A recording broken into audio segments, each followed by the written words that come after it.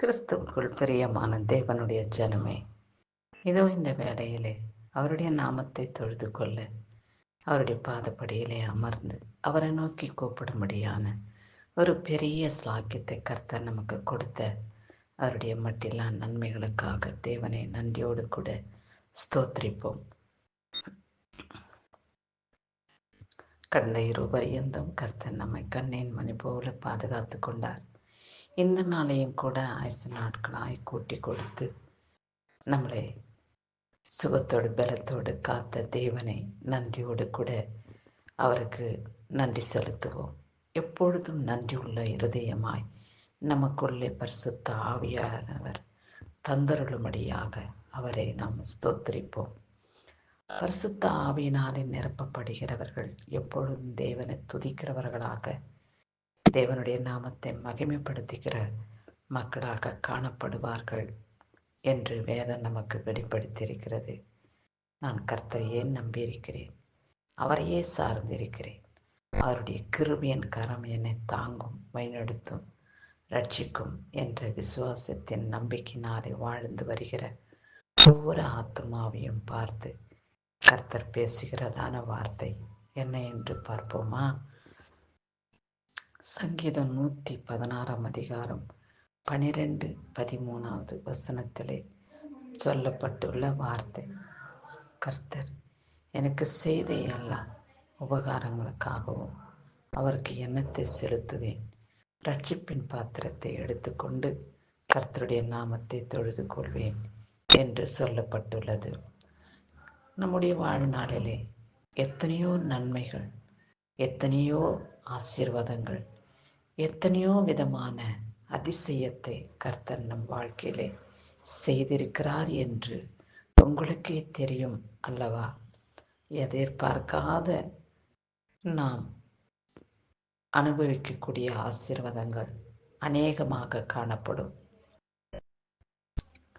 எனக்கு கொடுத்த கர்த்தர் பலவிதமான நன்மைகளுக்கு நான் அவருக்கு எண்ணத்தை செலுத்துவேன். ரட்சிப்பின் பாத்திரத்தை எடுத்துக்கொண்டு கர்த்தருடைய நாமத்தை தொழுது கொள்வேன் என்று பக்தன் சொல்லியிருக்கிறார். ரட்சிப்பின் பாத்திரம் என்றால் என்ன? அவருடைய மகிமையினாலே நிரப்பப்பட்டு அவருடைய பிள்ளைகளாக முத்திரையிடப்பட்டு வாழ்ந்து பரிசுத்தமாய் வாழ்ந்து வருகிற பிள்ளைகளை பார்த்து தான் ரட்சிப்பின் பாத்திரத்தை கர்த்தர் கொடுத்து அவர்களை எப்பொழுதும் அவரோடு கூட இணைந்திருக்கக்கூடிய, அவரை ஸ்தோத்திரிக்கக்கூடிய, அவரை நாமத்தை தொழுது கொள்ளக்கூடிய இருதயம் அவர்களை ஆட்கொள்ளும். இடைவிடாமல் ஆராதிக்கிற என் தேவன் எல்லாவற்றிலும் இருந்து என்னை தப்பிவிக்க வல்லவராய் இருக்கிறார் என்று ஷாத்ராக், மேஷாக், ஆபேத்நேகோ என்பவர்களை பார்த்து நேபுகாத் நேச்சர் பேசினது போல கர்த்தர் துர்மார்க்கமாய் வாழ்ந்து வருகிற பொல்லாத பிசாசியின் பிள்ளைகளை நம்மை அவர்களுக்கு முன்பாக ஆச்சரியப்படும்படியாக, அதிசயப்படும்படியான ஒரு பெரிய செயல்பாடுகளை கர்த்தர் நம் வாழ்க்கையிலே செய்து அவர்களுக்கு முன்பாக உங்களை மேன்மைப்படுத்த, அவர்களுக்கு முன்பாக உங்கள் தலையை நிமிர வைக்க பரிசுத்த ஆவியானவர் எப்பொழுது உங்களோடு கூட இருக்கிறார். கலங்காதிருங்க, திகையாதிருங்க. தேவன் கைவிட்டாரோ என்ற நிலை நமக்கு வந்து விடுகிற சந்தேகம் ஒரு பொழுது இருக்கக்கூடாது. தேவன் என்னை ரட்சிக்கக்கூடிய தேவன், என்னை பாதுகாக்கக்கூடிய தேவன். அவர் செய்த சகல உபகாரங்களையும் நினைத்து நினைத்து நான் நன்றி செலுத்துவேன்.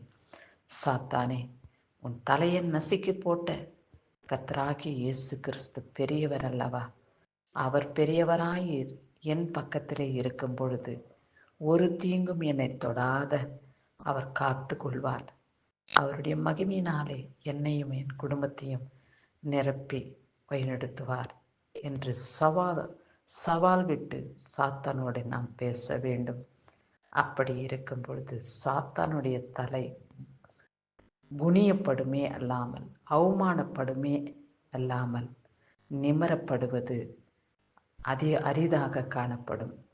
அப்படியாக நாம் சாத்தானுக்கு பயப்படாமல் சாத்தான் கொண்டு வருகிறதான பலவிதமான உபத்திரவங்கள், வேதனைகள், துக்கங்கள், துயரங்கள் ஒன்றும் நம்மளை தொடாதபடி அவரை மகிமைக்குள்ளே, அவருடைய இரத்த கோட்டைக்குள்ளே நம்மளை மூடி மறைக்கிற தேவனை ஸ்தோத்திரிப்போம். அவர் கரங்களை பிடித்து வாழ்க்கை பயணத்திலே நாம் பயணிப்போம். கிறிஸ்துவுக்கு மகிமை உண்டாகட்டும். அவர் செய்த சகல உபகாரங்களுக்காக அவருக்கு நாம் இயேசப்பாவுக்கு நன்றி செலுத்தக்கூடியவர்களாக காணப்படுவோம். கிறிஸ்துவுக்கு சதா காலங்களிலும் துதி கன மகிமை ஏறெடுப்போம். இயேசுவின் நாமத்தினாலே ஆமென்.